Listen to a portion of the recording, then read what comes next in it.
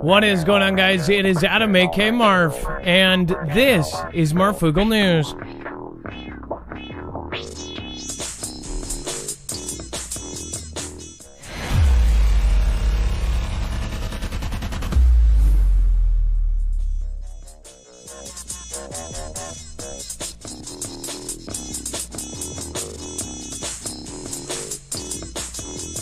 All right, before we get started, I just want to let you guys know nothing in this show should be considered medical, legal, or financial advice. The views of the callers can differ considerably and do not necessarily reflect the opinions of myself, Dex, or anyone else on the show. You should always do your own research and consult with professionals. The internet is full of fake news, so please take everything with a grain of salt.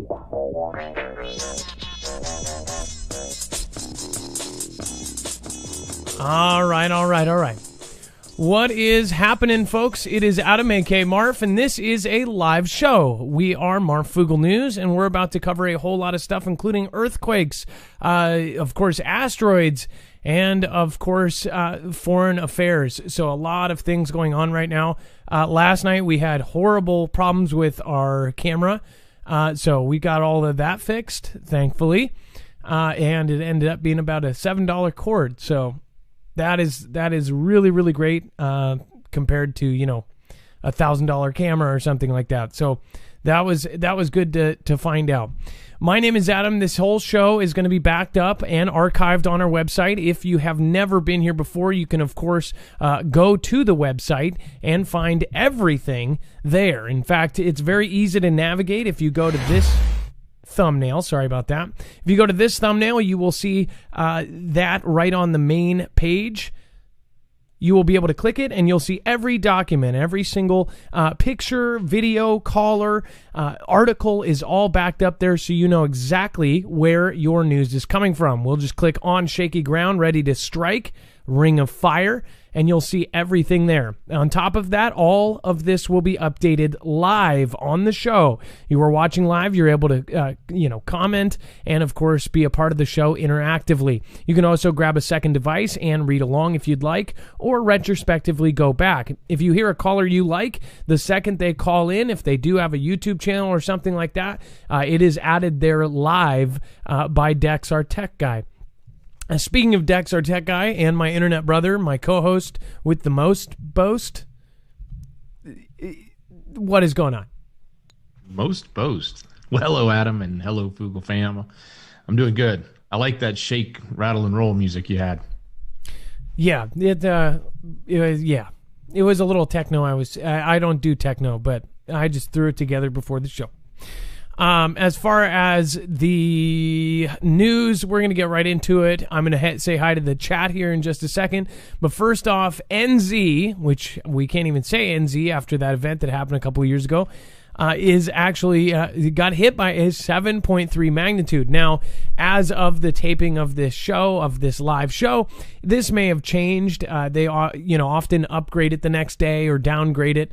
It was a 7.3 as far as this was concerned, and it was a huge earthquake, and it was shallow. It says a powerful 7.3 magnitude earthquake struck off the coast of NZ today, triggering a tsunami threat on the coast of the Pacific nation. It also says that NZ emergency officials have issued a tsunami warning. And that this was actually headed towards Hawaii and other places. Now, do we have an update on all of this? Because it does take hours for some of these things to hit. We were, of course, watching the buoys earlier. In fact, one of our Fugal fam, Leo, was talking with my wife about it, watching all of the activity that was going on. In fact, the buoys were, activity every 15 seconds. Or if it's less than 15 seconds, the thing goes red and white and blinks and does all of its hoodads. Do we have a complete and utter update for this?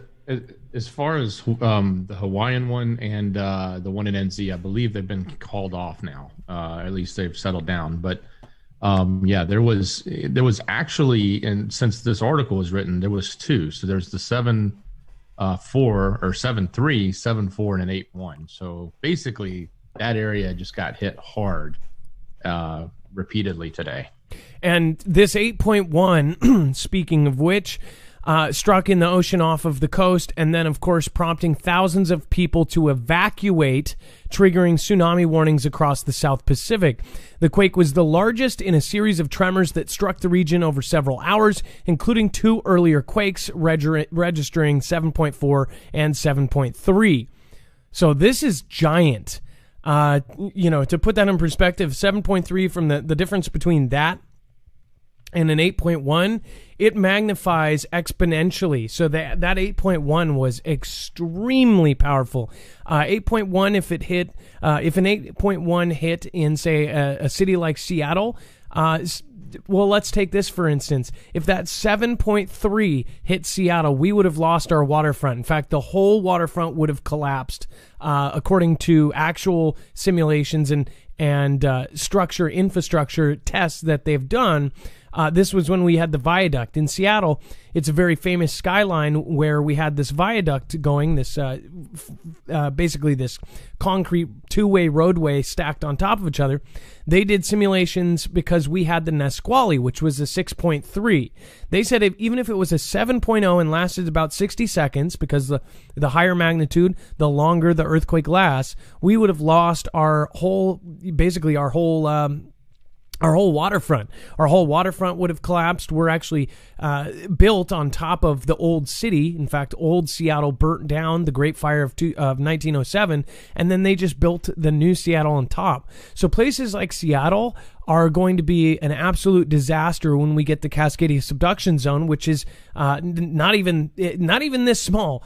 In fact, it's going to be over a 9 magnitude earthquake. It's basically guaranteed a 9, which is one of the few instances where when that happens, they do know what magnitude, or at least what magnitude it's going to be, because it's happened in a regular interval about every 240 years. It's now been 320. So we're about 80 years overdue. So even if you're in New York, you will feel this earthquake. They say that you'll feel it up to 3,000 miles away. That's huge. This was also giant. These were big. This is something that can very well trigger earthquakes all over the world in different times, and it could have an antipode on the other side of the planet. This could cause an Oregon earthquake. Now, looking at the latest USGS, there's a lot of activity going on. Of course, the Ring of Fire is on fire right now. So there are good channels to watch. I highly suggest going over and watching, of course, Dutch Sense. Dutch Sense is a great one to follow. BP Earthwatch is our good friend. And, of course, Wages World does a lot of the solar activity. We just had a lot of solar activity in the last week. So is it connected? I'll leave that up for you. If you feel like telling us your opinion, you can put it in the comments below. That's only after you check if your like button is broken. All right, there's plenty that are rolling into chat. Thank you all for joining us. Let's see. Trenton is here, Trent Man. And then we've got Kelly Henson. We've got Green Bay Lady. Thank you for being here. Noah Michael, Randy Simmons. Really, it's been a minute since I've seen you. Todd Best, Renfred, Tinfoil Hat. We, of course, have Jenny X or Jenny Texas. And then, of course, Someone Special 88, Tinkerman. We've got Monograph Live. How are you doing? Hey. And then Silent. Let's see here. Ria Gestu. Amu Ashish.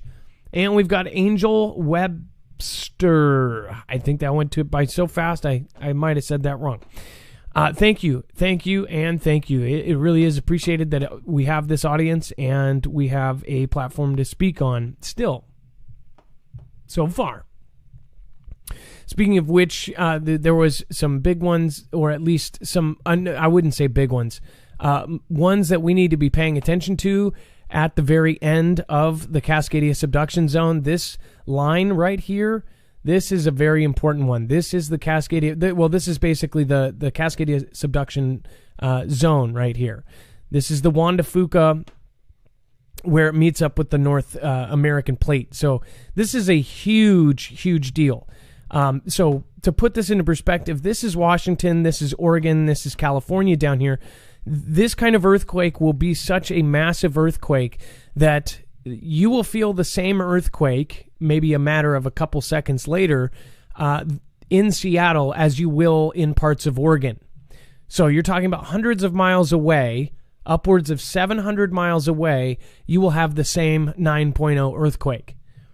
Whereas normally, there's an earthquake in Seattle, even a couple towns over, say in Tacoma, you wouldn't feel it as much. It would go way down as it progressed.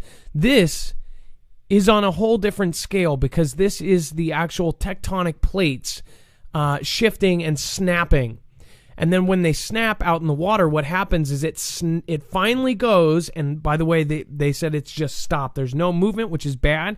Once it snaps, it displaces 700 miles long of all of the land that all that water is on top of.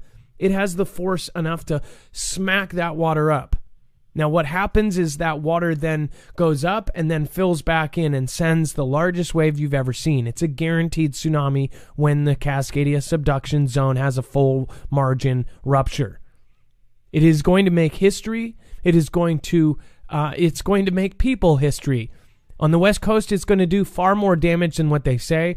They estimated about 15,000 people will die. And when people hear that 15,000, that's not that bad. When you look at earthquakes like the Indian earthquake in 2004 or Boxing Day, that one took out 250,000 lives, and that was partly because of the structures, what actually happened, and where people were living, and how flat it was, and it just went in and it creamed everything, right? Japan is one that you would compare to what they say will happen here, right? Japan, about 15,000 people perished in that earthquake, in the tsunami, which, if you remember, in 2011 was very famous. There's images stuck in my mind. I don't know about you, but I know exactly where I was when I saw the clips of it because it was so dramatic. It looked like something out of a cataclysmic movie. It was unbelievable. You saw as, these huge tanker ships were just getting thrown about like they were Tinker Toys, like they were bath toys. You saw, cars just being flatlined. I mean, it was insane. And that, of course, is how many people they say would perish here. Now, Japan is one of the most prepared places in the world. They are not only one of the most proactive cultures, like, hey, this will help our grandkids, but it's not going to help us at all. Let's write a check because we care about our grandkids and we're going to do this and we're going to make this safer for them. Even though it won't even have a benefit for 100 years, they will do that. That is something that we have seen proof of. They will write a check and they will improve things for future generations. It's in their culture. Whereas the U.S. and other countries, we are reactive, so we don't want to spend the money unless it's broken, right? But that is the big problem here. This is something that is very big to me, and I hope that people understand that this will be the largest event the United States sees outside of, say, a full power grid down situation, outside of, say, an asteroid smacking right in the middle of the country, or Yellowstone going off. I don't think there's anything that can compete with this. Even San Andreas is a smaller zone than this. A lot of people don't know that. They think San Andreas, because they've seen the movie with The Rock, is, this big thing. San Andreas very well could be triggered when the Cascadia subduction zone goes. So imagine it stops right at the top of the California, the Cascadia, which goes from Canada. This back line here goes all the way from Canada down to the very beginning of California. Then there is, of course, the San Andreas that keeps going. Now, we know for a fact, and I talked to Chris Goldfinger, the lead seismologist, one of the lead seismologists on the Cascadia subduction zone. He has his own TED Talk. He, in fact, was the one on the New Yorker article that made it famous. Nobody even knew about this 30 years ago, and just a couple of years ago, it went out to the mass public. Nobody was talking about it. Chris Goldfinger would have said, and again, I asked him, I said, could this trigger something like Yellowstone or trigger something like San Andreas? Because these are plates so big that this is the kind of earthquake that can make mountains in a single 5-minute period. He said 20 years ago, we would have said you were crazy. And by we, he meant all of us. And he said all of my colleagues would have said, no, that's not possible. Now, Science has changed, and they know for a 100% fact that a big earthquake like this, or Japan, or say the Boxing Day earthquake, can and will cause earthquakes even on the other side of the planet. So this could very well start off a whole chain reaction. Not to mention all of the nuclear sites that are along this line.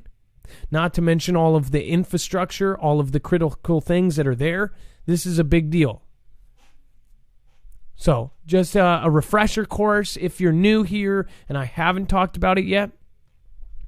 I've been working on a project on this for a long time, and this is one of the things that I feel like I know the most about. Again, it happens every 240 years on average. We are now at 320 years. Last one was in the year 1700. We are now in 2021. That is 321 years since we had the last one. So I hope that people realize 21 states are preparing, including Arizona actually preparing for people to be walking from California. That's how serious this will be. So, move on, but again, everybody keep their plans ready. And I hope if something happened to happen tomorrow or the next day or next week, and somehow you were able to prepare in the next few days because of this show, then I hope you do. Because when the CV happened, we actually warned you upwards of 3 to 4 months before, an entire month, telling you that we got information that we were going to have this thing. And then it happened. And guess what happened? A lot of our viewers had supplies. They had toilet paper. They had food. They had water when all of the grocery stores were bare. So same thing with this. There is no downside to prepping other than the money it takes to actually do it. And we suggest a bunch of great channels like Alaska Prepper. Every 2 weeks does a payday preps. He actually takes his real payday from his job and he spends it affordably on preps. And this is what everybody needs to do. If you prep for this earthquake and something else happens, that's a double positive. If you prep for the earthquake and an asteroid hits, that's a positive. If you prep for this and a tornado hits, that's a positive. Anything can happen, and that was the point of our state groups, which are no longer there because of BS. So just remember that. That is the point of this whole channel. All right. Let's go over Hidden Hope. I don't even know what that emoji is, but it looks cool. Who are the 21 states preparing? Basically, our entire west half of the country. And in fact, we have given you the all of the articles on a previous show, and they're all archived on our website. But just to give you a short example, because that's a really good question. Zona preparing for the big one. Legislation and money is being put. This is how we can find a lot of the stuff that's going on, is they're putting money into FEMA and other agencies to prepare for this. All these different states, and you're like, well, why is a state way over here getting prepared for an earthquake that's going to happen on the West Coast? Well, because they know it's bigger than what they say. One thing that we do have, and that's a solid connection that was at FEMA and military mixed. They said that they were expecting this a couple years ago. And they said when it happens, you will have no time. You basically get your bag and you go. Again, right here, Baltimore Sun, Sandy Goons, Fox 10 Phoenix. Arizona makes preparations in the event of a catastrophic big one. And you're like, well, Arizona's nowhere near that, right? This is exactly what I'm talking about.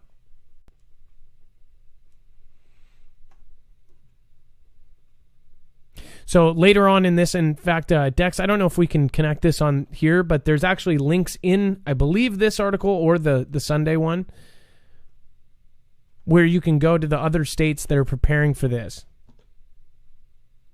Look at this. Okay. What we simulated in that exercise is a large-scale earthquake that occurred in Southern California that would spur the migration of many people evacuating California into or through Arizona. They actually expect, because of the infrastructure that will not be there, people will be walking. Last time I said that, they're like, no, Shirley, you don't, do you realize how far it is, Adam? Yes, that's the scary part. And it makes me think of the Denver airport mural of all of those people where you've got the guy with the mask with the big sword, and then you've got that line of people, and some of them have luggage, and they're all walking sad like nomads. That's what we're going to see when this happens. That's how epic this is going to be. If you want to call in, this is a call-in night. You can call in. This is a live show. If you have a story about earthquakes, or if you have information that we all need to know, give us a call at 2244-00-MARF. That is, again, 2244-00-6273. The number is going to be down here. And make sure to press option 4. You will get right through to Dex. So I hope people are prepared for that. Then we have historic drought deepens in the west as a window for rain and snow closes.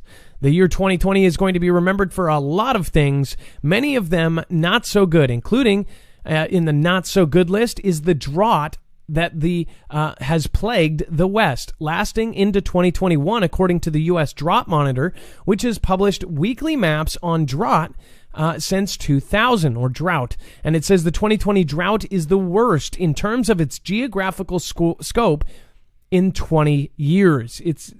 One expert said that it was biblical, this drought. And then, of course, we are talking about worldwide famine is predicted in our lifetimes, where there is no food. That is why you hear people like Gilly Bates talking about we need this meat, or this fake artificial meat, right? They're gonna step in and be the hero, but at the same time buying all of the farmland so people can't use them for farming meat. Weird stuff. It says almost 80% of the western U.S. is in drought, with nearly 42% of the region in extreme or, quote, exceptional drought. Much of the region saw developing drought in the summer, following a warm and dry spring. Since then, conditions have deteriorated, so they've gotten worse, and the precipitation deficits continue to build. At its maximum extent in January of 2021, 47% of the West was in extreme drought or worse. Nearly a quarter of the area was in the worst drought category, an event with the probability frequency of only once every 50 to 100 years. So it's almost like this last couple of years we've seen almost everything that only happens 100 years. Just to remind you, there's a lot of things that have happened every 100 years, and there's another one that is on its way as well. Speaking of which, if you guys want to protect yourself against a natural solar flare, there is basically one company I would think of, and that would be EMP Shield. Not only does it protect you against a Carrington-type like event, it can also protect you against a man-made EMP threat. In fact, all three phases of an EMP, E1, E2, and E3, not only would you be protecting yourself, you'd be getting a discount doing it and helping the channel. EMP Shield is a company that is not only contracted with companies like DHS, DOD, but now they are officially on the DEMSO team helping protect the Texas grid. marfugelnews.com/EMP if you would like to support the show and support yourself and protect yourself. It also protects your house against lightning, so there is a normal use for it as well. It will ground the signal before it fries your device. They have different devices for different machines, including your car. These are the easiest to put in. They take about 5 minutes to put in, and you won't be stuck out in the middle of nowhere if an EMP or a Carrington-like event happens. Depends on what model car you have, but I would definitely look into that, especially if you have actually prepared and then you get stuck somewhere and can't even get home or bug out because your car is fried. All right, again, that is marfugelnews.com/EMP. Thank you guys in advance for supporting us, and thank you for going through us. But if you don't go through us, go through one of our friends or go through a different creator. That's how much we suggest it.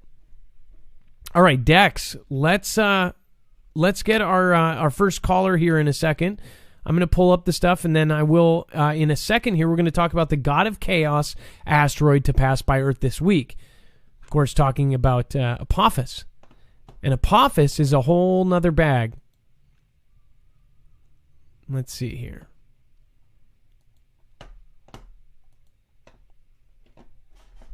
I'm going to open up something real quick for you guys. We've got Team Ramrod, Sunny Beach Girl, Space Latum, For the Glory of Christ is in the house. Team Ramrod, Todd Best, Island by the Sea, Maui Racing Realtor, Della W, Godfather. Thank you guys. And then I'm going to pop over. Shook Mike, thank you. Says, we are in Revelations. Once our money goes digital, the chip is coming. Mark of the B. It says, God bless you, be safe, and read Revelations. I have, and it's pretty scary stuff. Linda Sloat, thank you for your support. Says, love sent to you and Dex. Sandy Bollinger, Granny C, thank you so much for your support. Love to the Fugel fam. Lori G, thank you so much. Love you, Adam and Dex. Keep up the great work. And Michelle Bybee, finally got the live show. I have tomorrow off. Love you guys and the fam. Well, Michelle, I hope you stay up and watch the whole thing. Let me pop this open. Dex needs to be able to communicate with me in the background. Martin Benjamin, thank you for your support tonight. We have Andrea. Dex, can we get Andrea on?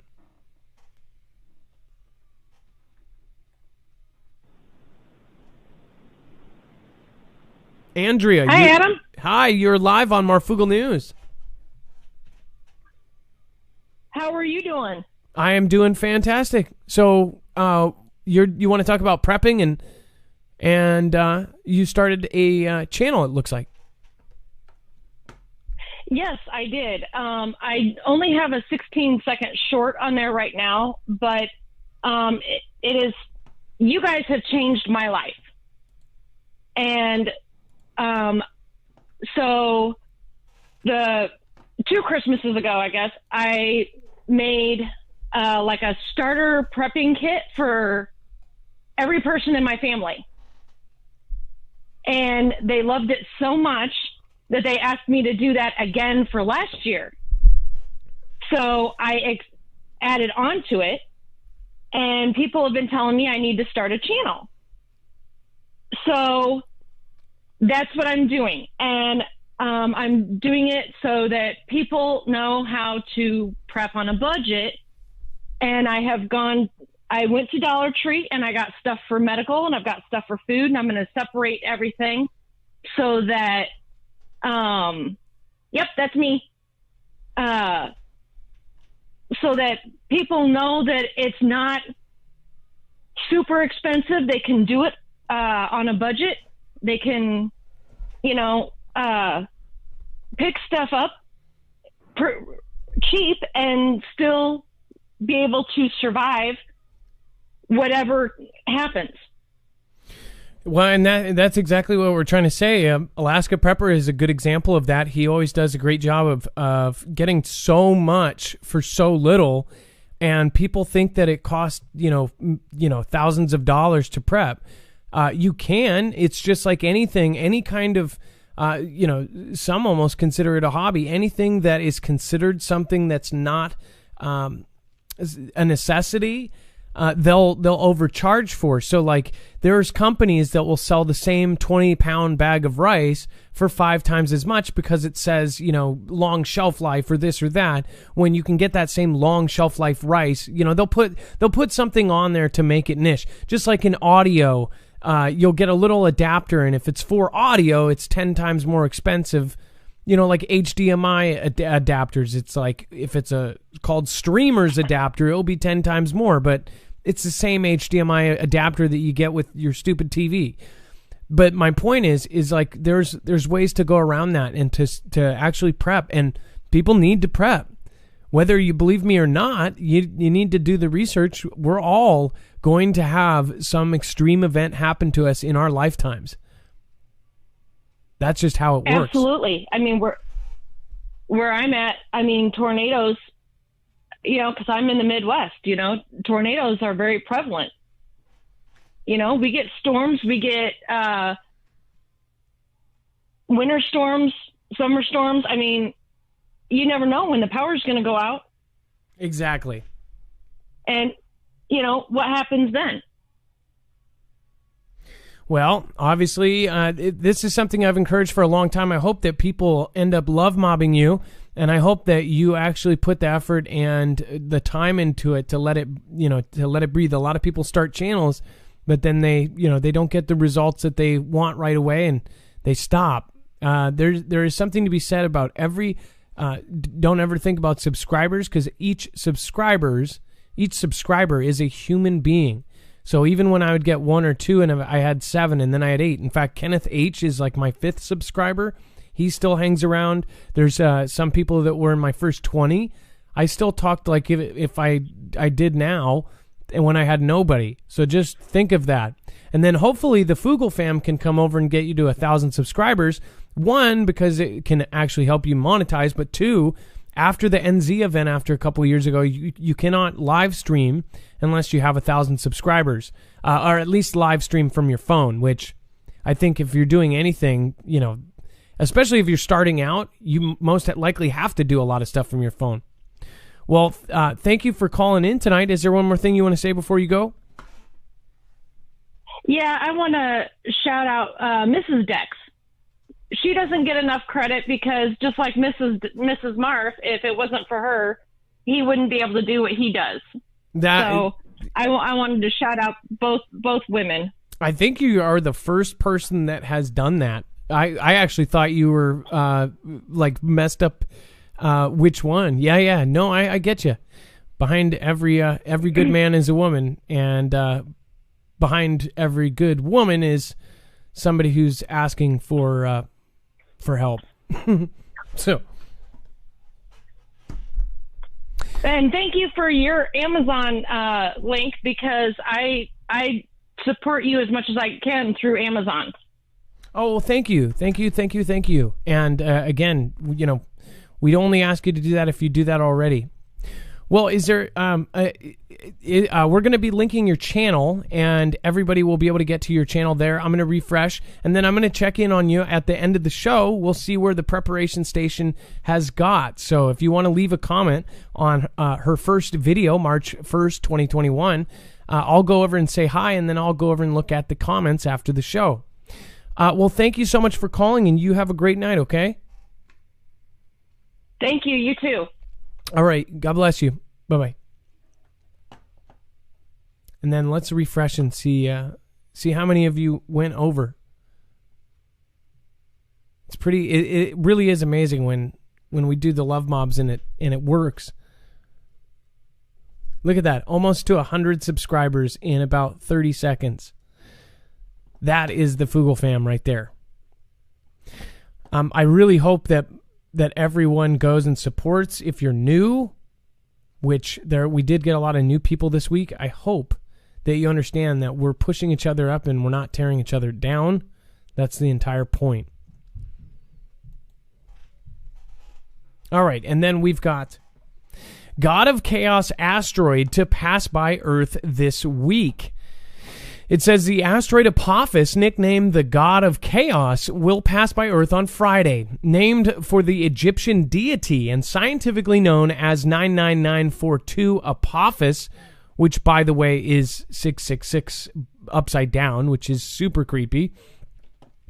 It says the more than 1,000-foot wide space rock will skate past the blue marble at around 8:15 p.m. Eastern, traveling at a distance of about 10 million miles away. So, of course, it's not going to hit us, but they actually say if you have the right equipment, or if I don't know if I believe they said that you can possibly see with the naked eye, depending on the conditions. But again, this is going by us. Remember that they said that this was possibly going to hit us in 2029. And then a few years later, they said, oh, we were mistaken. And now that we've been tracking it longer, it's not going to. But at that same point, it was about 2017, 2018. Then all of a sudden, we had Space Force. We had Bennu. We had OSIRIS-REx. We had the designing of DART, which is, of course, double impact asteroid redirection test. Hammer, hypervelocity asteroid and mitigation emergency response vehicle, basically a nuke on a rocket. all of those things came into play. China actually created their lasers to shoot space junk out of the sky, then said that it would be used for asteroid defense. Russia did the same. Russia wants to put a laser on the moon. Of course, you had China saying that they, well, now not even saying, they did. They've now created an artificial moon that they say when everything is done, it's going to be brighter than street lights, and they're going to put it up in place of these street lights at night. So you're talking about in China, you're going to have this kind of fake satellite moon up in the sky that's going to light up the entire sky. Now you have, of course, them saying that they're going to make an artificial sun as well. You're like, why are they doing all of this? Are they predicting that, I don't know, maybe our whole sky is going to be covered with some sort of dark substance? It's kind of weird, like, say, a cloud that circles around the Earth, or say a nuclear cloud or an asteroid cloud or something that kicks up dust around the Earth and darkens everything. I don't know. What are the ghost cities for? What are all these things for? Just saying, I like to ask questions. What about you? Now, let me ask you this, and most of you know about the ghost cities. If you don't know about the Chinese ghost cities that have replicated all of these different places around the world, including Paris, with a micro Eiffel Tower. They've replicated all of these famous structures. They've replicated the pyramids, all sorts of stuff.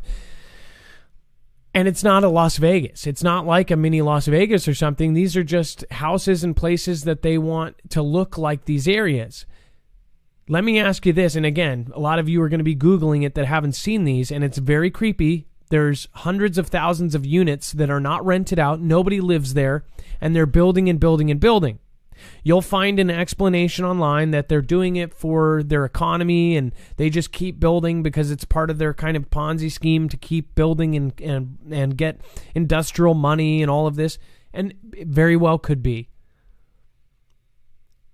Press 1 if you think that it is because it is some sort of backup thing. Press 2 if you think that it is what they say it is, or press 3 if you think it's something else, but it's nefarious. And then we've got Bling Grammy in the house. Says, hello, Fugal family. Thanks, Mrs. Marf and Mrs. Dex. That is awesome. I know, everybody forgets about your wife, Dex. She has to put up with you. So that's basically why they're saying thank you to her. And then... by the way, his mic... Yeah, that's nice. Yeah, now I'm going to get comments saying, you're so mean to Dex. Your mic wasn't on. I'm sure you would have responded earlier. Yeah. By the way, that's funny. Me and Dex mess with each other a lot. So we don't mean... We're best friends on and off camera. So don't worry about us. What was that, Dex? Yeah, that's exactly right. The stuff we do off camera, it's like we're brothers, or like we're siblings that like to pick on each other. So yeah, it's totally good. But no, all the thanks to my wife. I want to give her thanks. That woman puts up with me, and I think you said it best. Behind every great woman is, a guy asking for forgiveness. Probably. Yeah. Yeah. Behind every woman is a man. Behind every great man is a great woman. Behind every woman is a guy saying, oh, I'm sorry. Love from Scottsdale says all things Athena. I love that name. Jeannie of Chandler. I'm sorry. I've said your name a million times. Jeannie Chandler. Thank you. Toadman. I love Jesus forever. Scooby-Doo do right. Thank you guys. I appreciate that. Lori G, I appreciate you as well. Sandy Bollinger, thank you for the support. Hashtagger says, what is the NZ event? I hear it mentioned a lot. The NZ event was where it was live streamed from a religious place of worship, and it was a guy with a GoPro on his head, and he went in and did some horrible, horrible things. New Zealand changed, I believe they changed several laws. If you're from New Zealand, maybe you can let us know what laws changed after that event. But after that, they would not let you stream from a cell phone. All of YouTube changed their policies. So you couldn't just start a new YouTube account, which, by the way, if you're in YouTube right now and you are commenting, you have the ability to make, you have a channel. That is your channel. You can upload videos right now if you want. In fact, if you press the plus on your phone. So a lot of people don't even realize they actually have a YouTube channel, and you are the owner of that channel. Just as you own, if you own a business, you own that channel. That's your business. You can do with you what you want. But what they did is they changed it so you could not just go live from a fresh account, which hurts a lot of people too. There are people that say they don't do YouTube, but they see this crazy event happening and they want to archive it. They can't do it live. Which, just to remind you, you could upload it, but then again, then it goes through things, and if they don't want it seen, it's not going to be seen. It will all probably make sense at some point. Speaking back on the asteroid Apophis, which a lot of people believe will hit, and they're just saying it's not going to. Again, that's up to you. The near-Earth object NEO, made of both rock and metal, will continue on a path around the sun. However, well-interested spectators can watch through their telescopes or using a live feed with images of the asteroid using European-based Virtual Telescope Project. Scientists are monitoring Apophis's diameter, velocity, and other factors.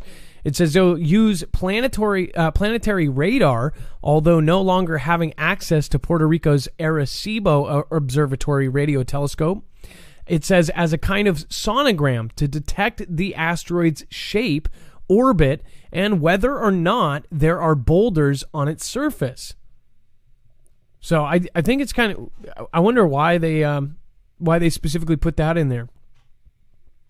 Does it make a difference? If you know the answer to this, let me know. I'm always learning and always wanting to learn about this stuff. Why are they, why do they want to know? I can understand why the shape, right?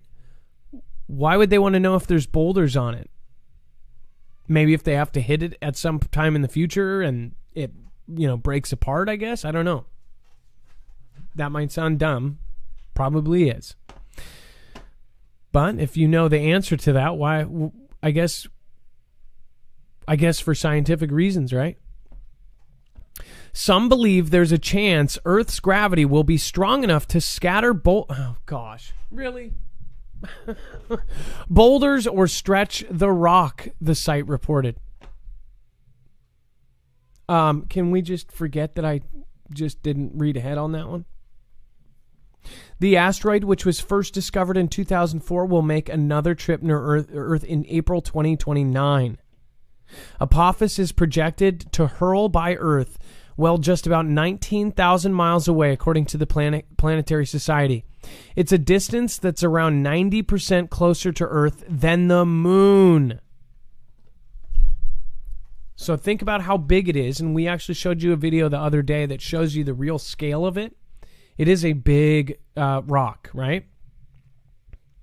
It's much bigger than any of the other. We've had smaller objects than it actually become little mini moons. They hit, and if they hit the right place, they'll actually go into our gravitational pull. Or this is what they say, right?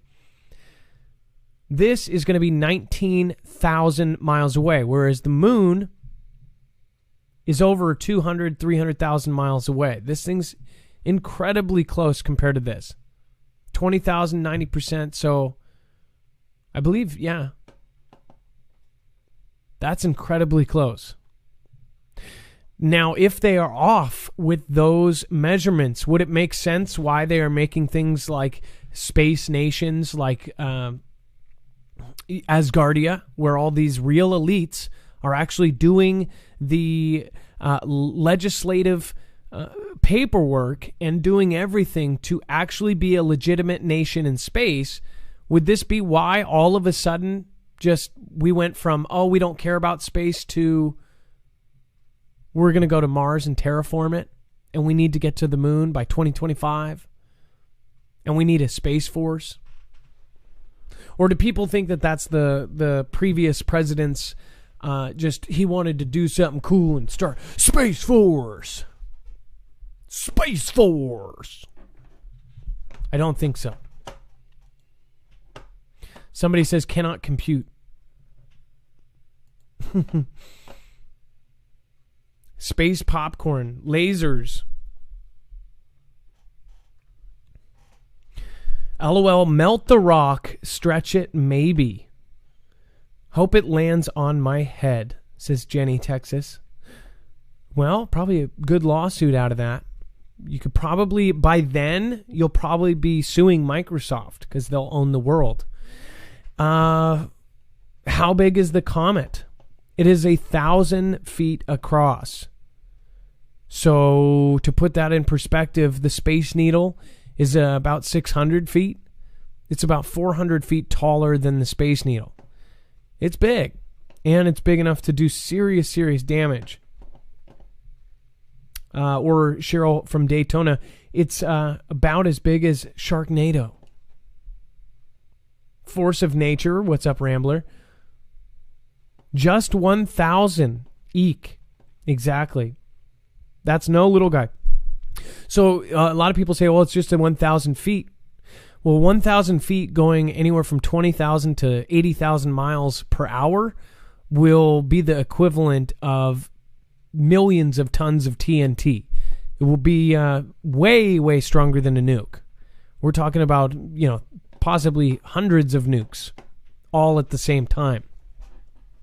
And the dust that it kicks up into the air could cover the earth, or at least big parts of it, and could block out the sun, stopping all vegetation and growth and, all the good stuff that we need. Somebody says planet killer. I don't know. I don't know if they've changed it, if it is a planet killer, but I think it's a planet changer. That's what I think that would be. Says 35 times 35x 1,000 of TNT.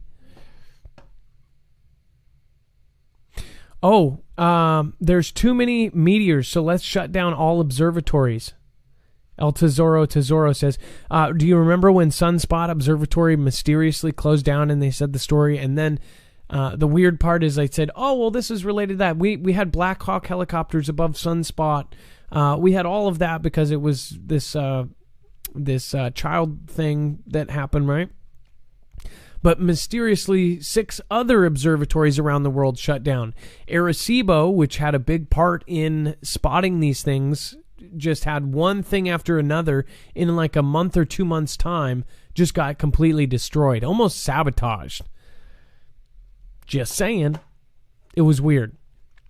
And then we have a huge UFO spotted hovering over Las Vegas by multiple witnesses as videos emerge. Hundreds of people have witnessed a baffling series of lights over Las Vegas, flooding Twitter with videos and pictures of the bizarre UFO. The lights were spotted by people on different sides of Sin City on Monday evening. And it says one video posted on Twitter by Estes shows the 4 lights seemingly hovering in a straight line in the distance above the Circa Casino. After more than 30 seconds, the lights seemed to disappear one by one. Circa told the news outlet Mystery Wire that the lights had nothing to do with them. Another clip shared by a witness, Wade Clevenger, says that the objects shows it closer up, with at least 5 of the orbs seen. Spooky stuff. It says the uploader also claimed one of the lights disappeared. UFO hunting group Contact Tour also shared a video to their Twitter of the site with the man behind the camera asking, what the F are those? Speculation has risen or rife on social media over what was behind the mysterious lights. Many claim the objects were authentic UFOs, while others suggested that they could be military flares. Yeah, or bog water or whatever they call them. Very well could be. I mean, anything is possible now. Nellis Air Force Base lies on the outskirts of Las Vegas and very well could have been to blame. But one man who works for the Department of Homeland Security told Mystery Wire that the lights bear no resemblance to the military flares he has experienced in the past. He said that his mother-in-law saw a mass behind the lights, like it was one large object and not separate aircraft. And then check this out. It says, but the Federal Aviation Administration finally revealed what they were yesterday. So check this out. They said that the lights were seen from the Las Vegas Valley were flares from the Northwest military ranges. It's not the first time Vegas locals have claimed to have witnessed UFOs hovering above the iconic city. And it says 3 lights appeared in the skies in August 2020. So do you believe, and again, I'm going to ask, press 1 if you believe the official story that these were flares. And again, if you've seen flares, they drop, that we've actually shown you videos of those. If you've seen that, 1, if you believe that these were flares, or 2, if you think that they are just making that up. Frank Rio, lots. There's a couple 3s. There you go. Lots of 2s. Let's see if we can actually see the let's see if we can actually see the part of this here. Hold on. And then Dex, right after this, and we're going to talk about the first look inside. I'm gonna try to pull it up. But first off, first look inside new supersonic jet that could fly from London to New York in 90 minutes.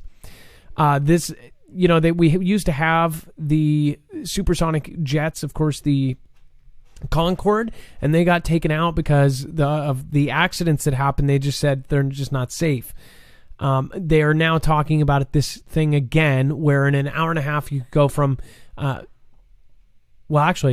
London to New York. I was thinking from like Seattle to New York. Think about that. London to New York in an hour and a half. I wonder how fast that would mean you could get to from somewhere like Seattle to New York, opposite ends of the country. I wonder how many miles is that? Look at all those twos. Angel Webster says bullsh. Marcus 81 says 2. Yeah, doesn't believe it. Shannon Henry doesn't believe it. Daco Togs doesn't believe it. Linda Sloat. Raquel R. There was actually several. So let's see here. That's the thing. They posted videos of them on Twitter. Now I'm going to try to stop this just in case, or mute it.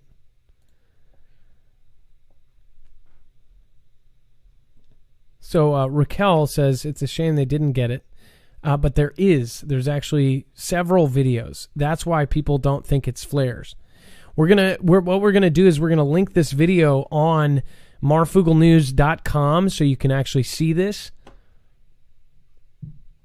And then of course they're gonna try to play an ad here. So I'm not gonna play their ad, but I'll try to do this after the next caller. And if it's not possible, then go over to marfugelnews.com and you can watch the videos.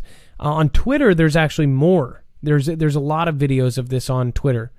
So once you see that, I bet you if you did press 1, you'll probably be saying 2. If you've seen military flares, they usually drop off or they drop behind planes. And that's what I think they're talking about, is the flares that you would, if you have a heat-seeking missile behind you, you would drop the flares. This does not look like that at all. I don't know, Dex. What did you think about that?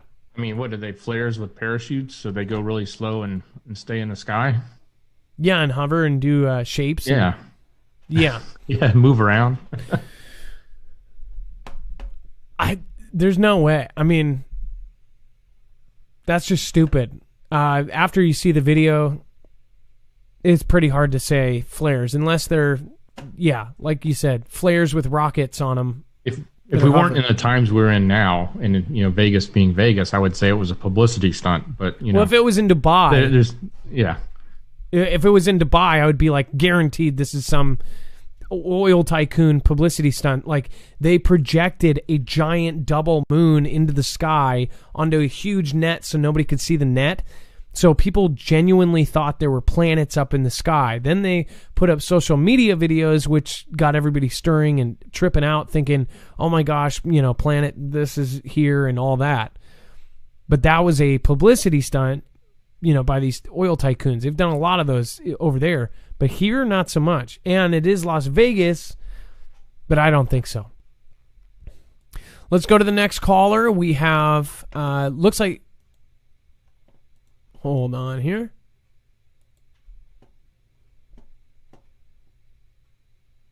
Looks like we have 11 Pagan 11. Hello? Hi, 11, are you there? Hello? Hi, 11, are you there? 11, can you hear us?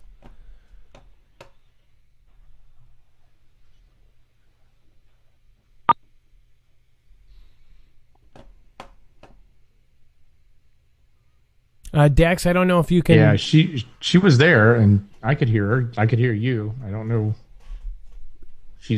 Hang on one second. The problem is she can't hear me. We can get George on, and then we can go back. 11 Pagan, you're Hello? live. Hello, can you hear me? Hello, Adam. Hi. Hey, I guess you figured it out. Talking about the earthquakes. No, I was pushing the... Yeah, I was pushing the buttons, but it wasn't going through for some reason. All right, so what do we got here? Yeah, I was just calling about the big quakes that we had in NZ today, and where the plates, or where the quakes originated from, and where exactly they pinpointed on. They were on a Pacific plate boundary, and I sent the picture to Dex on a DM through Discord, and I also sent a picture of some of the damage that happened over there. Okay, and so right there. Yeah, we have the Australian plate, and then the northern Hikurangi margin, and the central Hikurangi margin, and the southern. It hit all. It basically checked all the boxes there on the Alpine Fault. Yeah, it did, and that's just it. It hit right on that fault line, and so with the amount of there was 2 7s and an 8 supposedly. That was what USGS is reporting. So just reiterating that all of that pressure, those 7s add up. And so all that pressure is headed this way. And with what's coming in on Friday, the time frame about basically adds up. So the West Coast needs to be paying really good attention from Friday evening to about Sunday. And so I just wanted to narrow the window down for a few folks. And if you don't, there's again, Dutch Sense does a pretty good explanation. A couple of years ago, he still has the video up of Yep. why it moves down, and how his predictions work. In fact, he kind of shows you how to do it yourself, even. But there's a lot of great stuff there as far as, movement. This is a huge movement. These are 2 gigantic plates, and anytime there's movement, the force has to go somewhere. It has to move. It has to keep going. So, pretty trippy. Yeah, and you covered a lot of stuff whenever the show first started. So it was a lot of stuff that I was going to cover with you on the call, but you already did that. So that was just basically it, just for the West Coast people that, I mean, of course, other people along the way, but I just happen to live on the West Coast. And so the whole Cascadia thing, that's my thing too, along with a few others, So that was just it, was just trying to, narrow it down for people, because that's who I watch and follow is Dutch, and he's the one who taught me.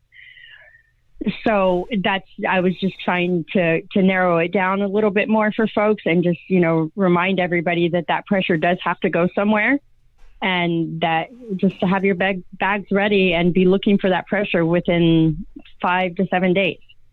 Well, thank you, Pagan, for the heads up, and 11 Pagan 11. I appreciate you. And is there one more thing you want to say before you go? Yeah, I just want to shout out the Frugal Fam and tell everybody hi. I miss you guys so much. I've just been working a lot, and I look forward to getting back into my videos soon. Thanks a lot, guys. I appreciate all your support and love the Frugal Fam. All right. Well, you have a great night. 11, have a blessed one, and don't be a stranger.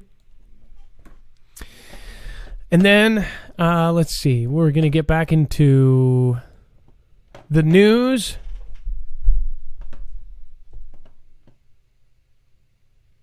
Let's see here. I think I missed somebody. Johnny Dundalis. Oh, Johnny Dundalis. Thank you for going over to Patreon. Thank you for joining on the dollar level. I appreciate that. Bill I. Jean says, praying for you all. We're not promised tomorrow even another minute. And then Terrence Williams went over to PayPal during the show and says, hey, guys, doing a great job. Thank you for everything you do. Thank you, Terrence, and appreciate for you going over there. Let's see here. We've got George on deck. They're going to be talking about, he's an electrician, and he's going to be talking about EMP here in a second here about Colorado. All right, and if I can... Okay, this is where it gets kind of dirty here. Says I is behind ecotourism oil spill in the Mediterranean. It says that is accusing I of being behind it. And it says Israel is actually telling them after a tanker spilled tons of oil in the Middle Eastern or the Eastern Mediterranean last month. And it says that the ship was smuggling crude oil from I to Sai, if you know what I mean. Now, again, if you don't understand why I'm doing this, somebody in chat will explain. When it spilled its cargo in early February, Environmental Minister Gila Gamil on Wednesday claimed that this was an intentional attack without providing evidence. Today, the junior minister and the Prime Minister Benjamin Netanyahu liked parties doubled down, claiming it was an act of or ism to kill off Iz's marine life. So they're trying to say that they're doing this to take out their animals. If that was true, just saying for anybody to do that kind of thing for that reason, it's just like, why? Why are people just humans are just, sometimes it's just, I don't understand it. People are so petty. I mean, if you really break it down, thousands of years of being petty. It's pretty sad. Loch Nessie, it says, in a world full of lemons, thank you for making lemonade. Well, I like to say maybe sugar water. Do you believe that they did it on purpose? What do you think? Put it in the comments below. You can access the rest of that article on marfugalnews.com. And then we have the terrorists claim to have active cells in Washington, D.C.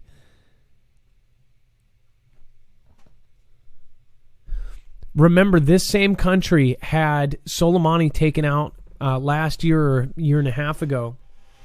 No, it should be, we just hit the 1 year anniversary not too long ago. So just over a year ago, Soleimani was taken out. Soleimani was taken out because our previous president said that they 100% had solid intel, which nobody has disproved, by the way. Nobody has come against that. So that means they had absolute solid intel that they had planned an attack that made September of 2001 look like chicken feed. They said that that would be a walk in the park compared to what this country has planned for us. And that is why they took out Soleimani. Remember, that day they had 2 attacks planned. They were going to take out Soleimani, and they were going to take out his second hand in command. They missed the second guy. They simultaneously did this attack because you have to have the moment of surprise, and they missed the second guy. The intel was bad on the second one, and they missed. So that gentleman, the second in command, is still around and most likely continuing the plan. Now we have covered all sorts of things like the hack, SolarWinds, that actually hacked all 5 of our military branches. Everything, including the Pentagon, Space Force, CIA, NSA, pretty much every 3-letter agency, DHS, DOD, it's all been accessed. On top of all the Fortune 500 companies that most likely have all of your info, all of your profiles, all of your emotional profiles that they've done without you knowing, their algorithms that have tracked what you like, what everything. All of that information, of course, is part of that. But back to the point, they are now claiming to have active cells in DC. Some are saying that maybe this is some sort of, prop in Uganda. Maybe to further justify, say, why there's fences around places. I don't know. That was one that I just heard today. But knowing what we know about Tennessee and what happened just a month ago, 2 months ago, I don't think this is false. In fact, I'm pretty sure this is not false, and it's not just Washington, D.C., it's all over the country. In fact, we covered something. We had Dex, do you remember what we covered? We had some statistics that said one in every 100. Yeah, I believe it was the ones that were coming in, I guess, non-legally, that 1 in 100. 1 in 100 was a sleeper, right? And it was a pretty big number, whatever it was. It was still, to think that many as a percentage of the people that were coming in were potentially a sleeper, and that was coming from official estimates. Yeah, so just so you don't... this is in 2018, guys.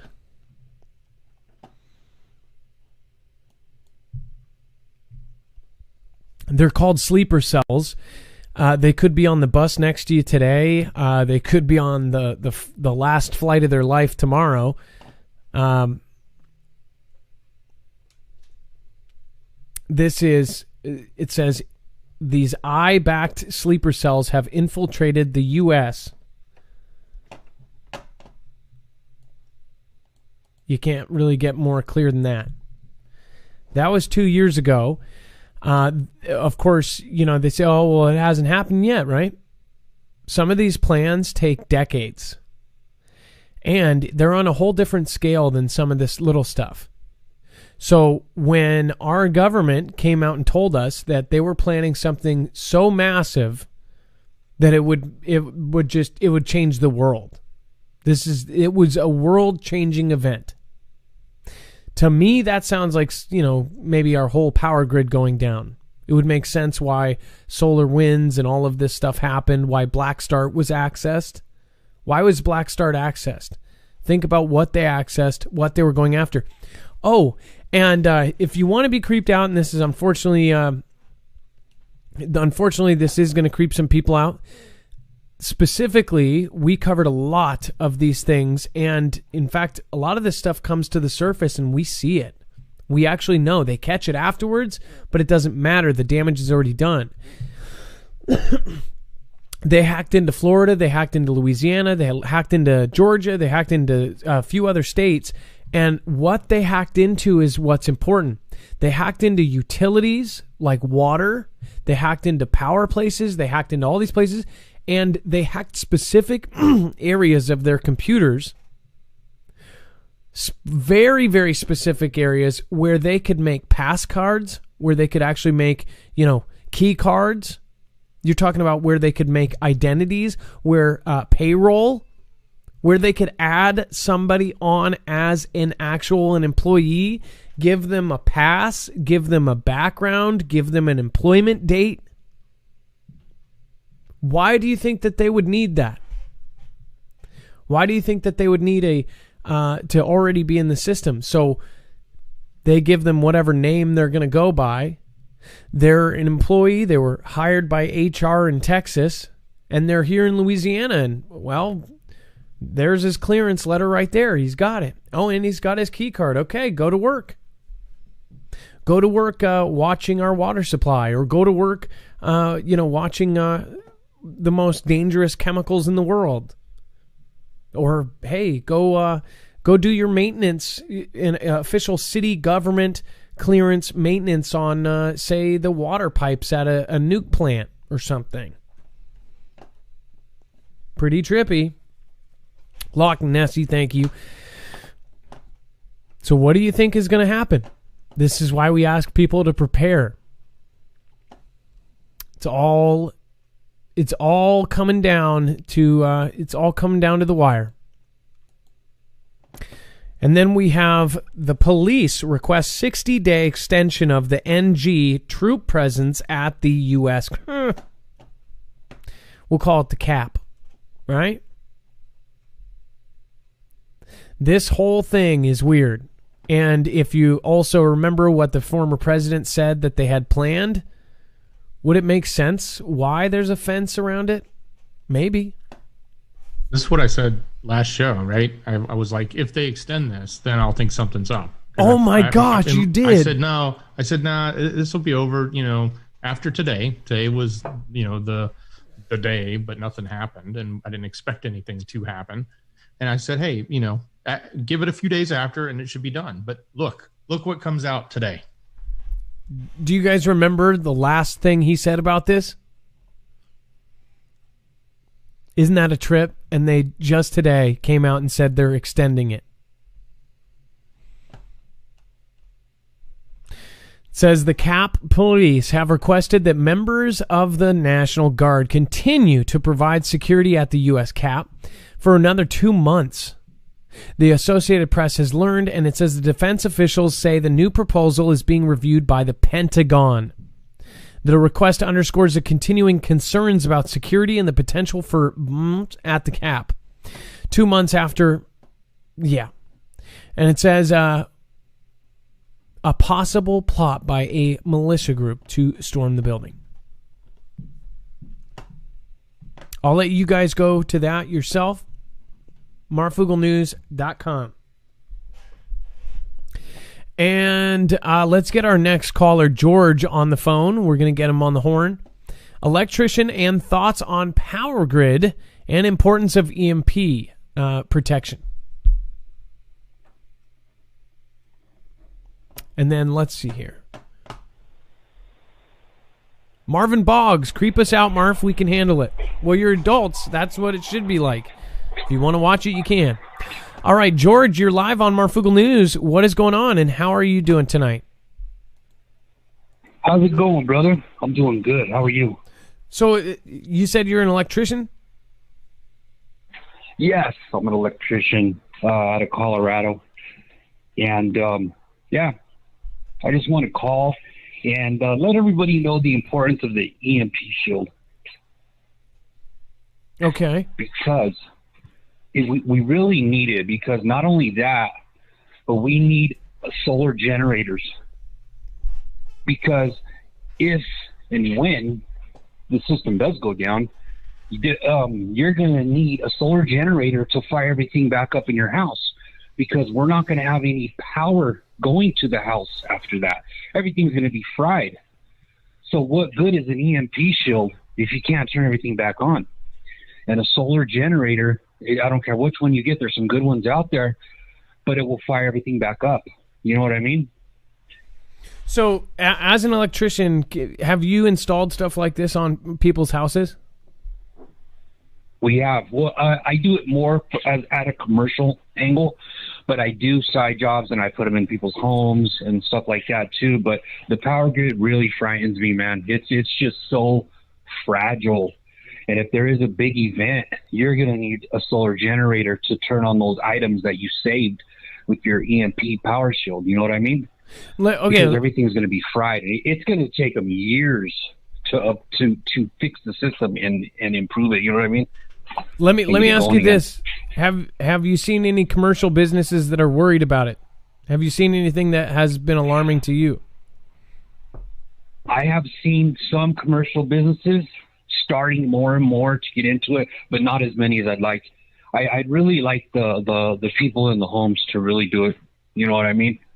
Are you talking More. in like the old folks' homes, like nursing homes and things like that? Yeah, absolutely. Old folks' home, nursing homes, everybody's homes should have an EMP. You know what I mean? It's just real frightening because it's our system. I don't think people understand how fragile it is. It's very fragile, but you have to have a solar generator too. And not only that, but let's say the power did go out and you have you have solar panels on the top of your house. Well, you're going to stand out like a sore thumb because everybody's going to be pitch black and they're going to say, hey, that guy has power over there. So you want to be discreet. You want to be lay low.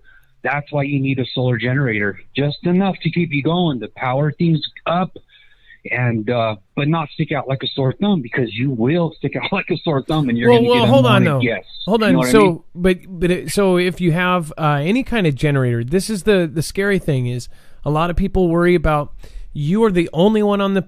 Say you protected everything. And then you've got your generator, you start up your generator and power all your devices that you'd saved from the EMP, but now you have that motor running in your backyard and everybody knows you have a generator. That's scary. A solar generator is quiet, though. They don't make any noise. Yeah, but how much power do they put out? Generator is... I'm sorry. Are they capable? Put out enough power with at least 6 120 plugins, so that's enough to get by. You know what I mean? Yeah, enough for a space heater, maybe for your fridge, a light, and some devices. But you don't want to stick out like a sore thumb. And that's the good thing about a solar generator is they're quiet. They don't make any noise. Yeah, but how much do they cost? Are they expensive? A good one's about $1,500. Yeah, which nobody. But that's not bad though. Not a lot of people have $1,500 right now, especially with CV. I know. That's what's so. Well, there's a lot of different ones out there, and they range for a real good one's $1,500, but you could find one out there for $200-300. You know what I mean? Well, no. And then what you can do is you can upgrade with solar panels. Well, as an electrician, do you have any, is there any other tips that you have for people? Because most people don't know about anything electrical.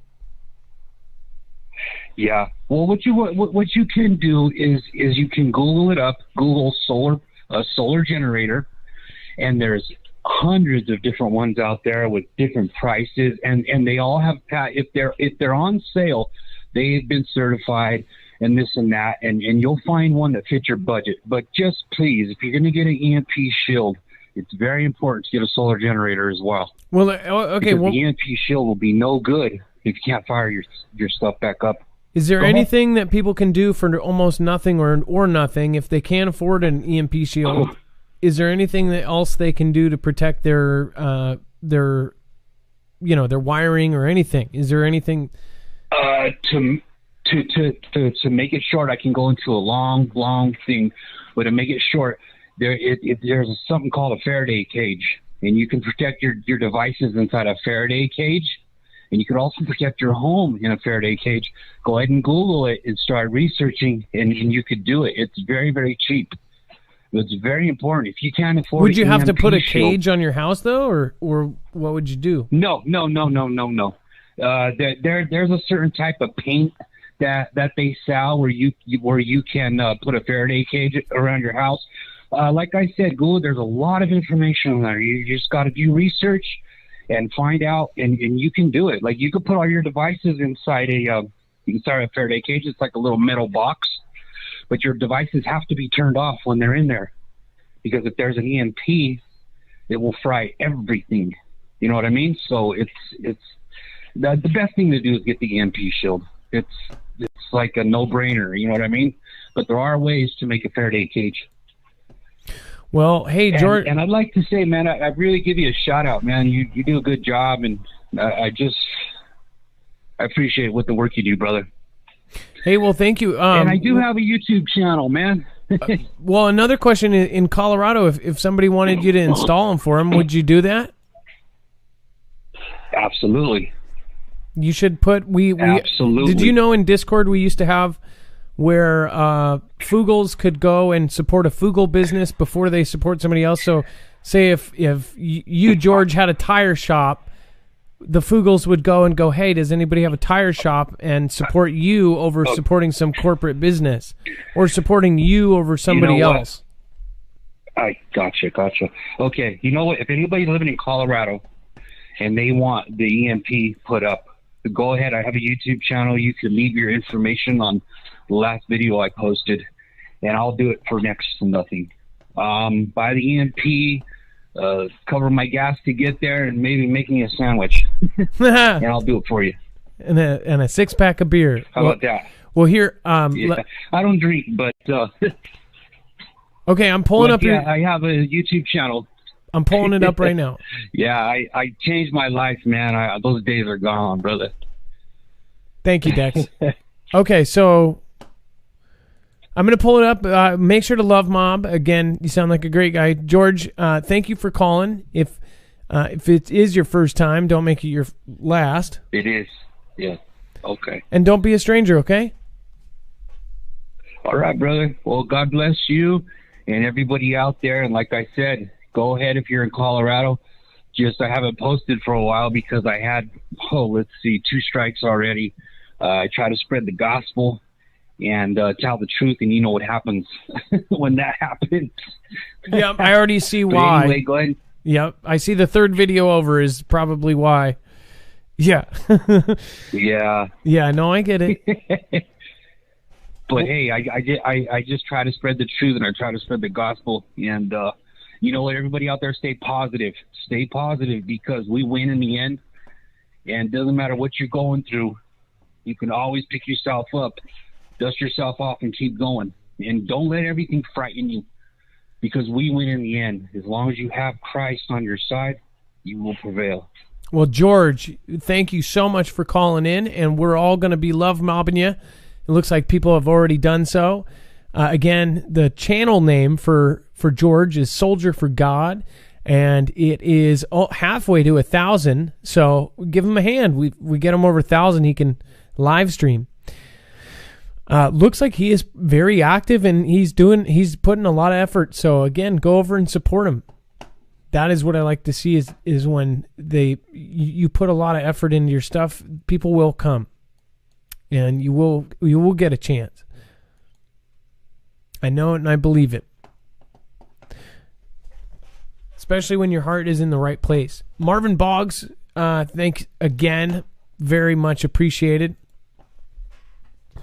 Special shout out. Thank you to several people tonight. Gone Girl 777, Amy R, Kelly 2334. Thank you all for your support this month. You guys are all up there on the top 5 supporters. Thank you so much. And then Susan Donahue, much love. Let's see here. Let's go over to here. We've got Rapture Soon 2020, Tower Bear. Some people are just a-holes. That is very true. Shout out from Texas, hoping for warmer weather. That is right. Rapture Soon, the swamp runs deep with all kinds of rats. PG1093 says type I for the super wives of these 2 guys. That's awesome. PG1093, thank you for, of course, being just awesome. You've been here for a long time, too. Thank you for watching almost every show. Hughism, military draft is coming back, says Hughism. And then, not previous P, he is still my P, no puppet. And then Geisy Hexagonal Peach, the truth is out there, is in the house. Hey, Ed G. Whalen, it's nice to see you almost every night. I don't think you've missed a show lately. Rare Breeds, Bear Claws, Amy Ray, thank you. A lot of people have not missed a lot of shows. Papa Julio, thank you for following. Welcome to the Fugal fam. If you do see a new follower, make sure to say welcome and just let them know that that this is a really awesome place to be. Kalizzy, Bear Claws, Nana Deborah. If you guys can, make sure that you check if that like button is broken over on YouTube. And then looks like we just had somebody, Chelsea72. Thank you for subscribing. That is much appreciated. Now you have your Marfia badge. And let's go over to Andrea. Wait a second. No, it looks like Donovan Big Sweet York. Donovan Big Sweet York. I think that's right. Donovan Big Sweet York. Hello. What is going on? And calling from Indiana. Donovan, go ahead. You're live. That's correct. Okay. Well, first off, I want to let you guys know I love every single one of you from the bottom of my heart.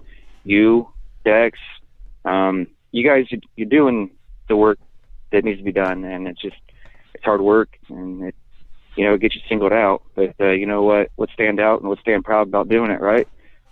Absolutely. So so you have an experience. Well, there's a couple things I want to talk about.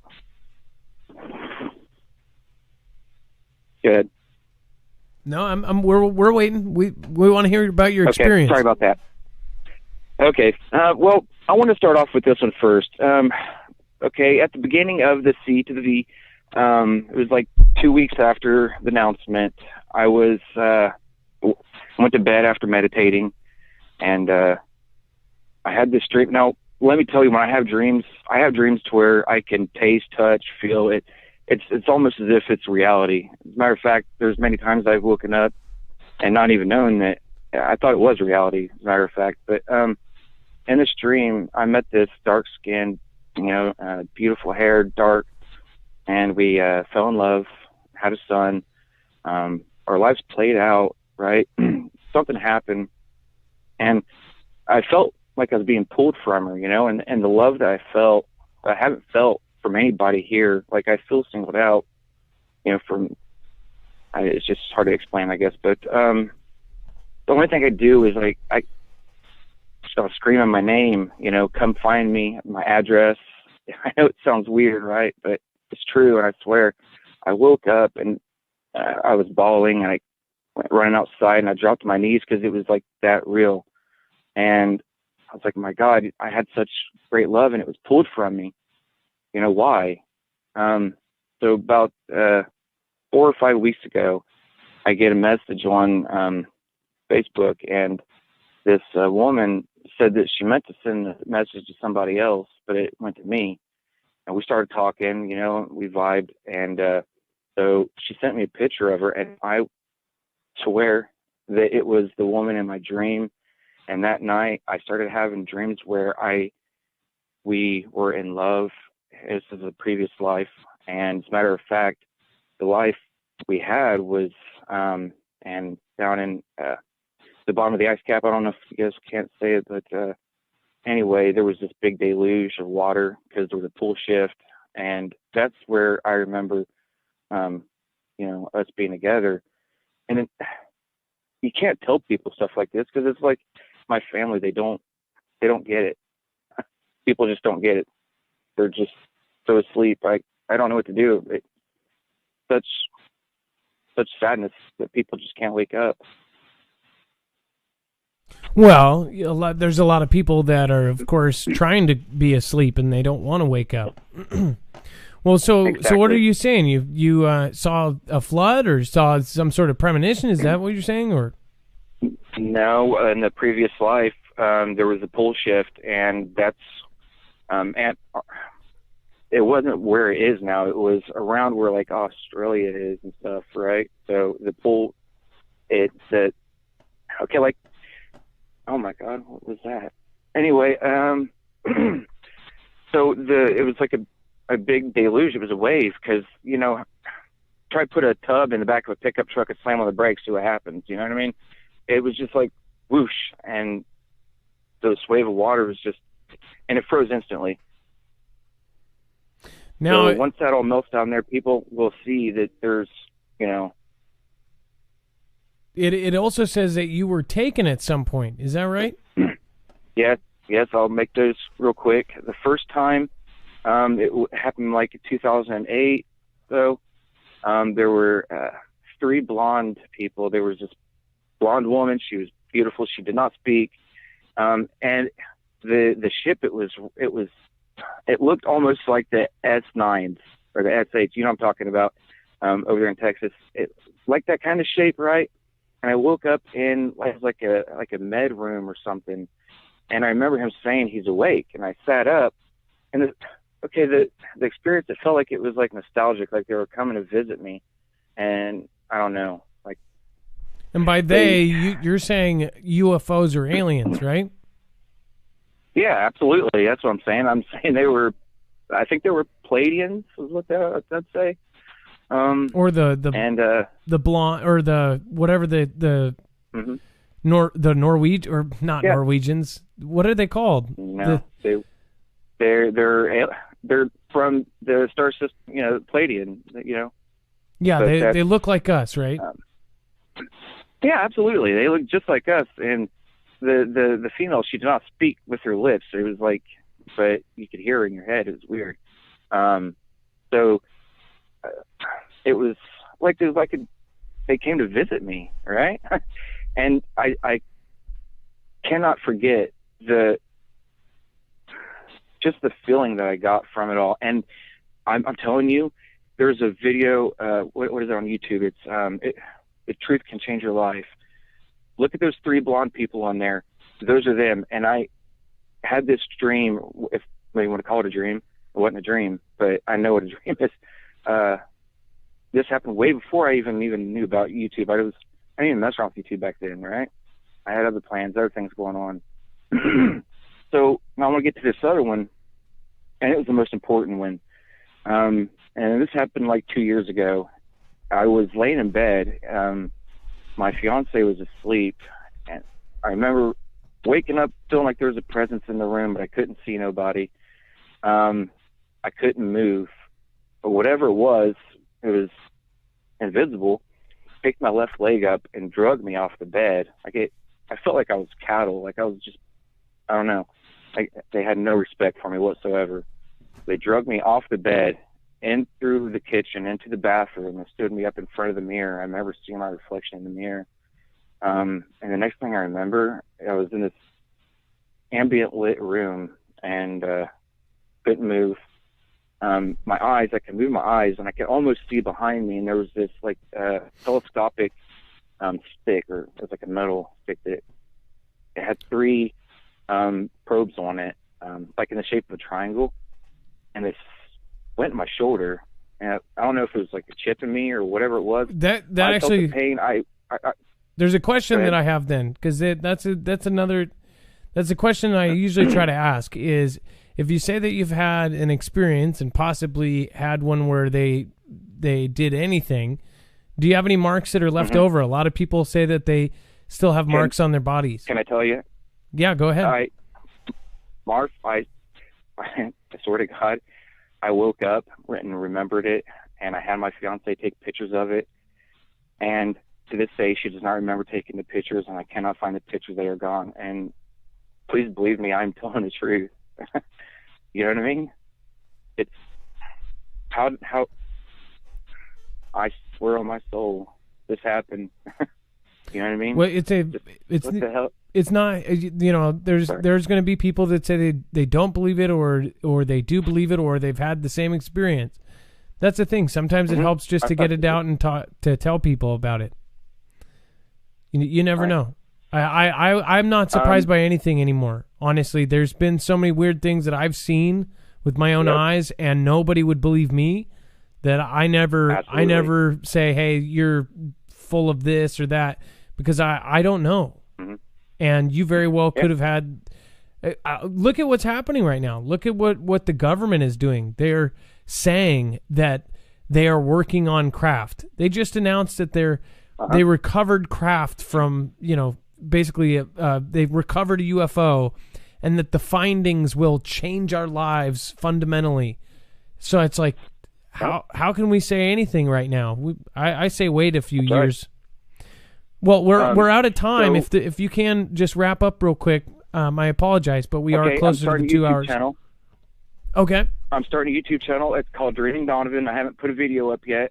I've got photographs of triangle ships that come out in front of my house. I just wake up knowing I have to take a picture. I will get it put on there tonight, and it's called Dreaming Donovan. So, Dreaming Donovan. Yep. Okay. All right. Well, see, and that's another thing. For those of you that are interested in that kind of stuff, you will have a place to go. You can go to Dreaming Donovan. There's lots of really great channels in that niche talking about the significance of dreams or the reality of dreams coming into something else. There's whole people that spend all their time. Idea. Well, I know, but you probably watch enough to know that somebody commented like, "I don't want to hear somebody else's dream." I'm open for all callers and any callers. Here's the thing. There are lots of people that want to hear your dream. There's lots of people that want to hear your opinion. Okay. There's lots of people that want to hear your stuff. I want to hear your stuff. So thank you so much for calling. I love you guys. All right. You guys take care. Be safe. Hey, thank you so much. And again, we'll push people your way, and we're gonna. Dex, do we have the link for his? Because he doesn't have to put a video up for us to have the channel linked, right? Yeah, I don't have it, but I'll look. It usually doesn't show up in search if there's not a video. Okay. Well, Dreaming, what we'll do is we'll follow up and we'll put it on there and update it. We'll if it's not up there by tonight, just upload a 10-second video of something, and then we can find it and link it. Okay? I will. Promise tonight. Thank you guys. You could be the next big dream YouTuber. We have no idea. All right. Well, have a great night and be safe. That was Donovan, Big New York Sweet, I think. Donovan, Big Sweet York. Either way, Dreaming Donovan will be his channel. He said he was abducted. Who am I to say that he hasn't been? Do you guys get what I mean? Like, look at how different things are just in 30, 40 years. There are so many crazy stories out there now, and they're proven because now we have cameras everywhere. You just never know. Linda Sloat, thank you for just multiple times being very positive in the chat. Thank you as well for support. Lou Rock, thank you. Says, I believe him, Lou Rock says. Lou, hey, nice to see you, man. I was just watching your stream the other day. Mama of 3, exactly, I believe. See, there's people that believe. What I was saying is the other day, and I have nothing against, I don't even remember who it was, but they said, I asked for positive and negative feedback, and that's totally cool. I didn't take it personally. But when somebody said, oh, and they basically said 3 things, and I actually took the positive. The last part they said, though, was they said, oh, and nobody wants to hear somebody else's dream. That's assuming.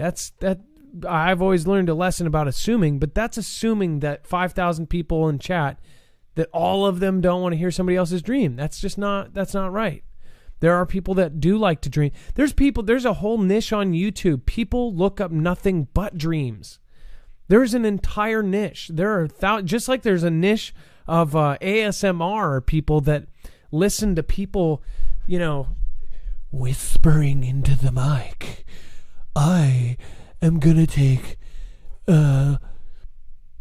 these keys and jingle them in your ear. How did you like that jingle? Sorry, it's like 3 people just unsubscribed because of that last slurp. But you know what I mean. There are people that want to see everything, and who are we to say that?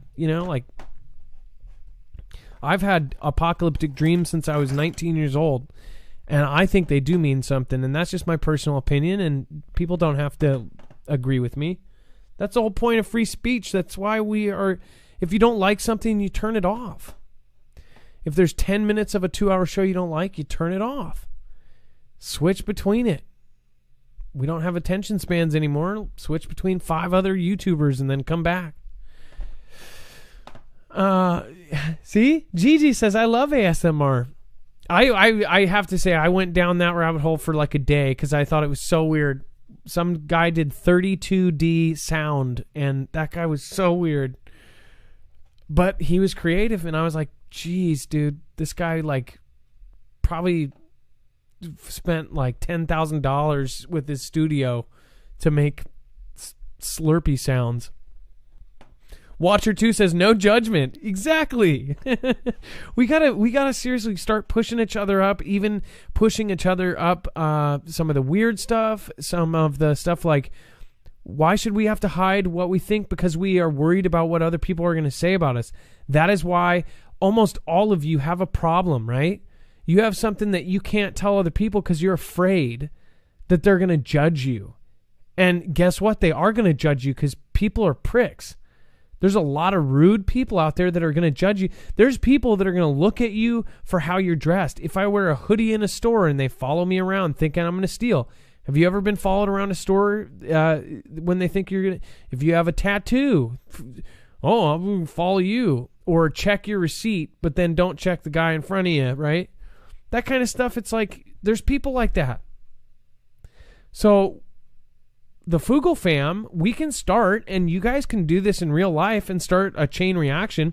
We can all seriously work on being awesome. Somebody lets you into traffic, make it a point to let 3 other people in, and even if it slows you down, do good things for other people, and I promise you it will start a huge chain reaction. Let's do it.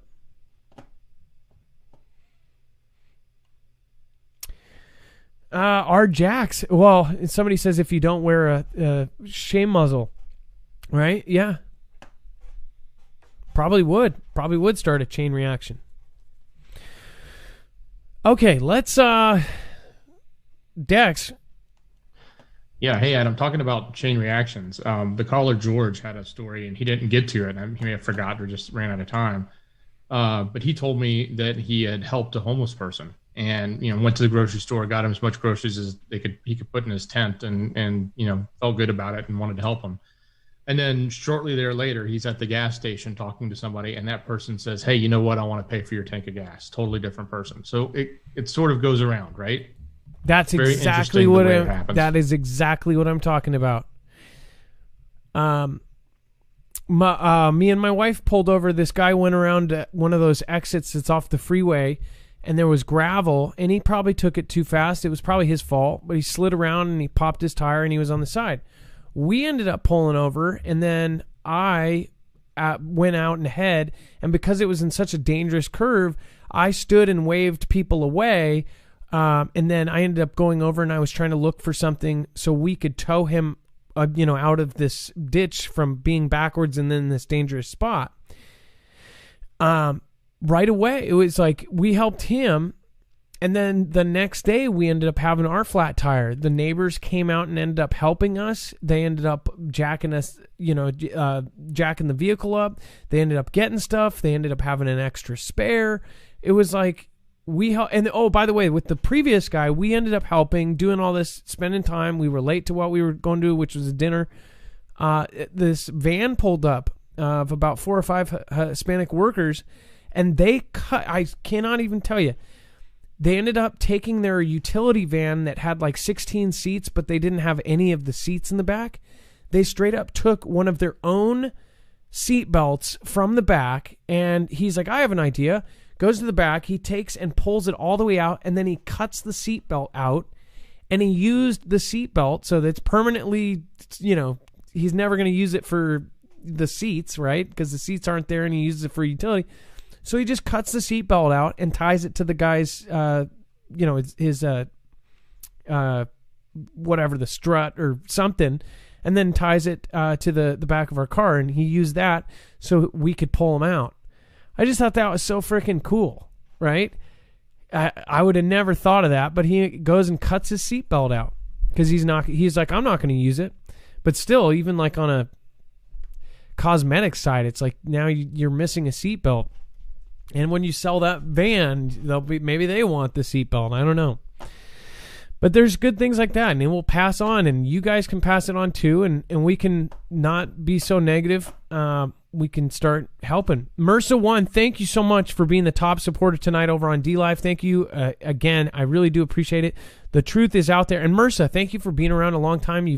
I've been at so many different shows. I can't say thank you enough. And then the truth is out there. You've also been a great supporter of the channel. Thank you for supporting independent. We do not have a multi-channel network. We don't have a team of lawyers protecting us. So thank you, thank you, and thank you. Zippy Moons, Tower Bear, and Den Dave, thank you for your support tonight. Everybody on YouTube, my home base, we're going to start doing YouTube-only shows again, too, because that is really, I got some really good feedback from one of my mods, and I don't want you guys to feel like, I guess here's the one thing that, I guess it was Jay that pointed out, Jay Stone said, how can we be a family if we're divided down the middle? Do you guys get what I'm saying?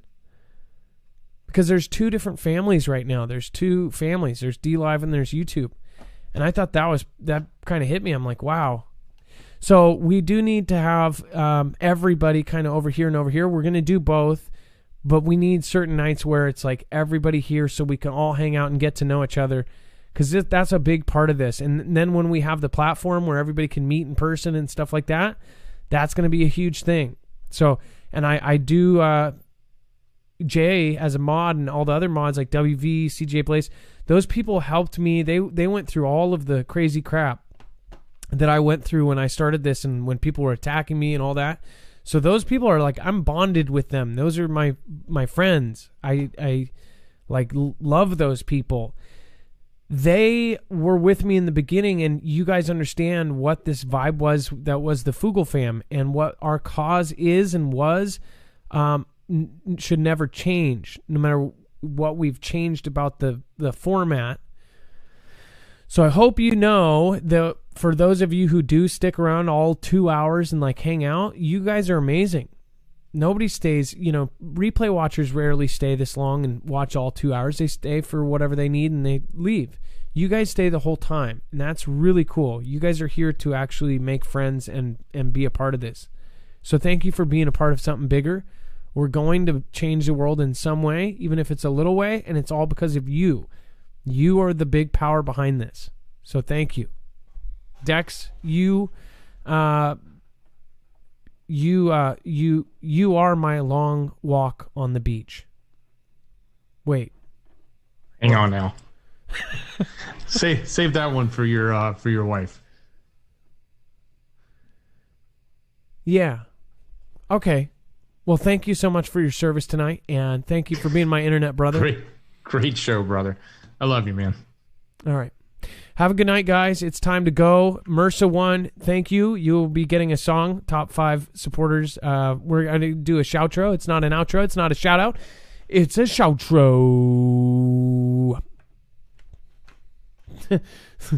Make something great again. Said awkward. Yeah, that's definitely an awkward.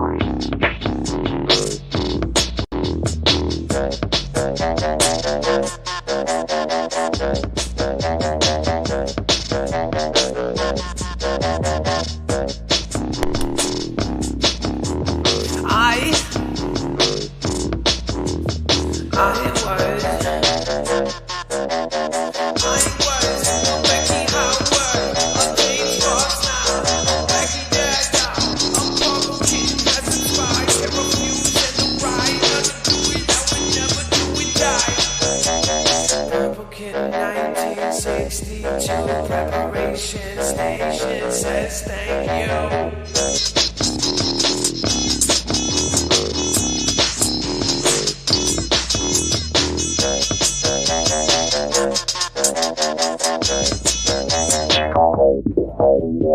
Marvin Barnes and the Kristen Moore. D-Man, remember we the people you rock. Marv, Loch, Nessie, and Marvin Barnes, hold the line. Patriots, hold the line.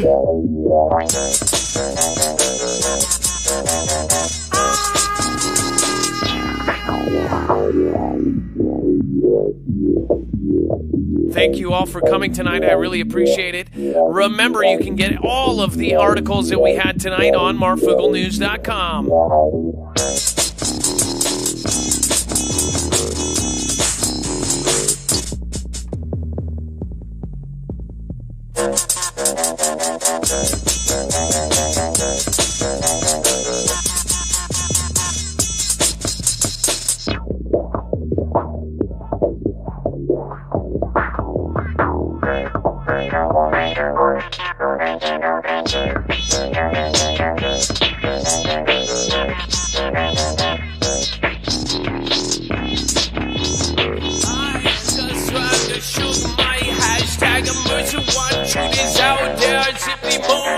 Hey, we can take the Rock 49. They're about truth is out, truth is out, truth is out there.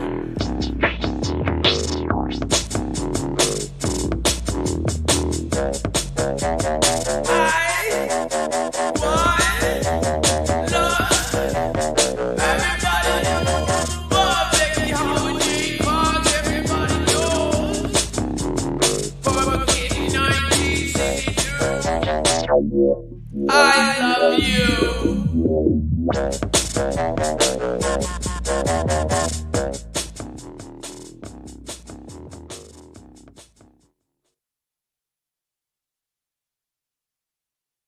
Love so much. I said I love. I push and shove. I love too much.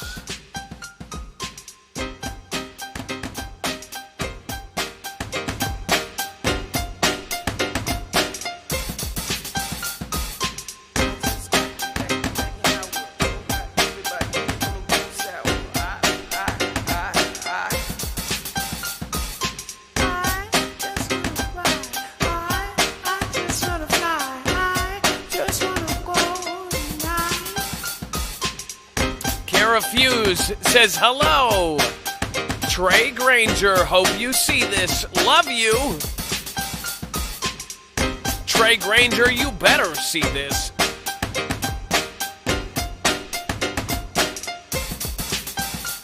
Got the Marvin Bars and the Christian Morris, the Dean and Bobbin dogs. Everybody's got the songs. Maybe that UFO's the bomb. Hey, everybody knows truth is out there and everybody goes with the flow.